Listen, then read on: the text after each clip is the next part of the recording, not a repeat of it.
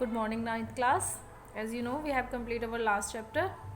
सिर्फ 2 ही पेज रह गए थे उस पेज चैप्टर के, वो मैमेलिया वो मैंने कल इवनिंग में डाल दिए थे. होप सो कि आपने वो चैप्टर कंप्लीट कर लिया होगा. तो आज हम अपना नया चैप्टर शुरू करेंगे, इम्प्रूवमेंट इन फूड रिसोर्सेज.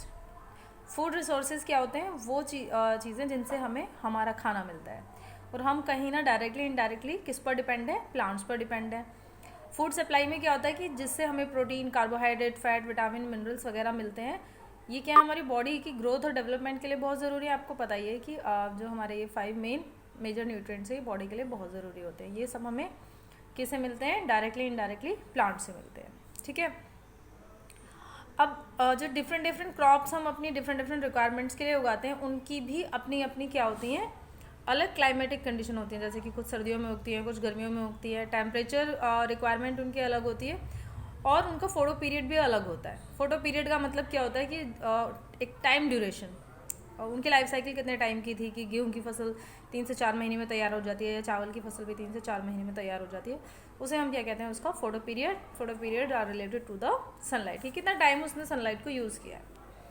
अब हमें क्या करना है कि हम एक सक्सेसफुल क्रॉप प्रोडक्शन कर सकें. उस चीज़ के लिए किस चीज़, क्या फैक्टर्स हैं जिन पर ये डिपेंड करता है. तो देखो, अच्छी क्रॉप उगाने के लिए सबसे पहले हमें क्या पता होना चाहिए कि एक अच्छी क्रॉप को उगाने के लिए उसकी ग्रोथ और डेवलपमेंट कैसे होगा, इसकी समझ हमें होनी चाहिए.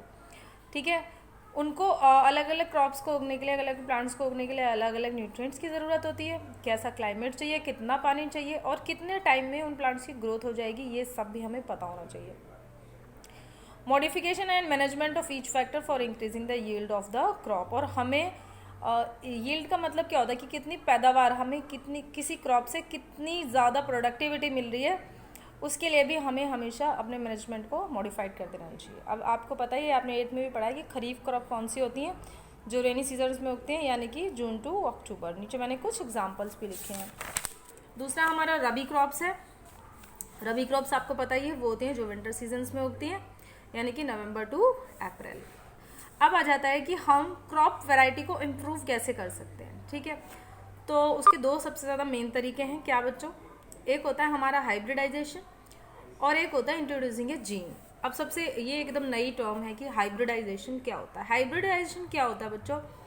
कि हम कुछ डिसिमिलर जो प्लांट होते हैं जेनेटिकली, उनके कुछ अच्छे जीन लेकर के उन दोनों का आपस में क्रॉस करा देते हैं. तो उससे क्या होता है कि एक नई वैरायटी आ जाती है, और उससे जो प्रोडक्टिविटी होती है वो हमें ज़्यादा मिलती है. जैसे आपने मार्केट में देखे होंगे आजकल कुछ बिल्कुल प्लेन ग्रीन कलर के कुछ खीरे आपको नज़र आते होंगे. वो कौन से हैं? जिन्हें हम बोलते हैं हाइब्रिड्स हैं. राइट. उनकी प्रोडक्टिविटी की वो बहुत जल्दी ग्रोथ करते हैं. तो ऐसा जिसमें कि हम एक ही जिनरा के, मतलब होने चाहिए एक ही जीनस के, उनकी अलग अलग प्लांट की आपस में क्रॉसिंग कराते हैं, उसे हम क्या कहते हैं? हाइब्रिडाइजेशन. उसके बाद आता है क्रॉप इम्प्रूव की एक जीन. अब जीन, सिर्फ एक जीन इंट्रोड्यूस कराना है कि मान लो कोई प्लांट है, और वो सपोज कीजिए कि आम का पेड़ है वो, लेकिन उसके बाकी फ्रूट सब कुछ अच्छा है, लेकिन वो मीठा नहीं है वो. तो हमने क्या किया कि उसमें किसी दूसरे प्लांट का वो जीन डाल दिया जो किसके लिए रिस्पॉन्सिबल था? अपनी मिठास के लिए रिस्पॉन्सिबल था. तो सिर्फ एक जीन से ही उसकी प्रोडक्टिविटी और उसकी जो क्वालिटी होगी वो बढ़िया हो जाएगी. और अगर बाई चांस कोई जीन उसके अंदर ख़राब है तो उसे क्या कर दिया जाता है? रिमूव कर दिया जाता है. तो इस तरीके से भी हम अपनी क्रॉप क्वालिटी को इम्प्रूव कर सकते हैं. कल्टीवेशन प्रैक्टिस क्या होती है कि हमें वहाँ के मौसम के बारे में, वहाँ की सॉइल क्वालिटी के बारे में, और वहाँ पर कितना पानी मिल जाएगा, और दूसरी कंडीशन कि वहाँ कितने ड्रॉट वगैरह आते हैं. ठीक है. Unpredictable variety that can be don't deserve climatic condition, कि हम अलग अलग चीज़ों के बारे में अगर पहले से ही जानकारी रखें तो हम क्या कर सकते हैं कि अपनी कल्टीवेशन को हम इम्प्रूव कर सकते हैं.